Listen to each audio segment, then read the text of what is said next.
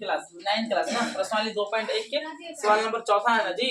चौथा में हाँ पांचवा है। बोल रहा है कि बताइए कि निम्नलिखित बहुपदों में से कौन कौन बहुपद रैखिक है। रैखिक क्या होता है आपको पता है?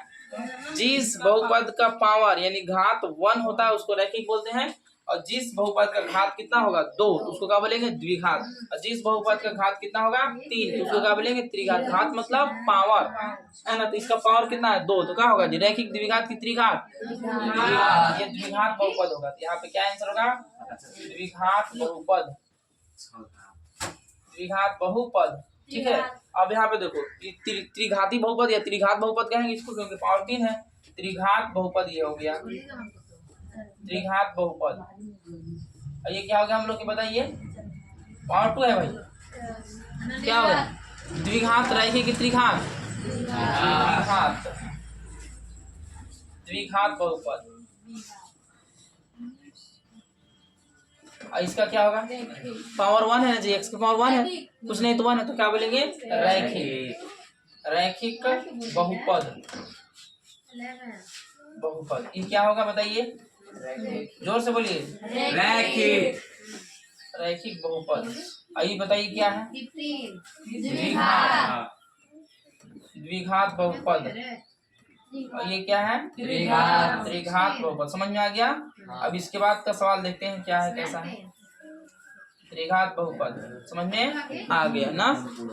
देखेंगे 9th क्लास। मतलब हम लोग के यहाँ पे क्या है? निम्नलिखित पर बहुपद इतना जो भी दिया क्या है? बहुपद है ना। चलो विकास खड़ा हो, ये विकास स्टैंड अप। आपको बताना है कि ये कौन बहुपद है। कौन बहुपद? रैखिक है, द्विघात है, त्रिघात है? बताइए जी कौन क्योंकि पावर कितना है 2 है, इसलिए इसको हम लोग क्या बोलेंगे? द्विघात बहुपद बोलेंगे। सही जवाब देना है ना बैठिए आप। तो चलिए यहाँ पे हमें दिया है x के जगह पर कितना लेना है? 0। मतलब कि जहां जहां x है वहां क्या बैठाना है जी? 0 बैठाना है।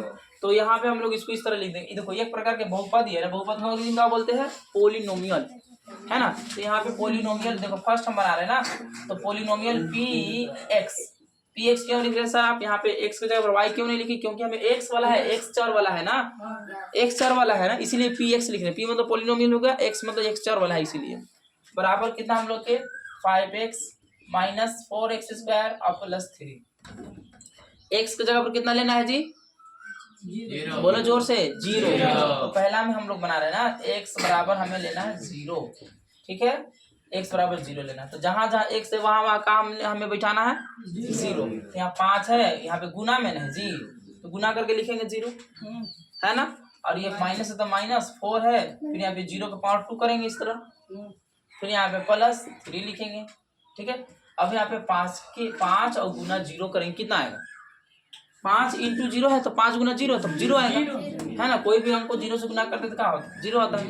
अब यहाँ पे माइनस, ये देखो 0 का पावर 2 करेंगे तो 0 आएगा, 0 गुना 4 करेंगे तो 0 आएगा, 0 ना आएगा जी। हाँ। और यहाँ पे प्लस कितना है? 3। इसको आप क्या करो, इसको 0 में इसको घटाएंगे 0, यानी कि कितना होगा? 3 होगा आंसर। हाँ, इसका कितना आया? 3 आया। उसी तरह आप दूसरा बना के देखिए। पहला आपको बताया गया, दूसरा x बराबर आप -1, मतलब कि जहां भी x होगा ना वहां का लेना पता है ना, -1 लेना और सॉल्व करके दिखाइए मुझे आप, ठीक है। चलिए बनाइए। इस डालो में ये है अभी।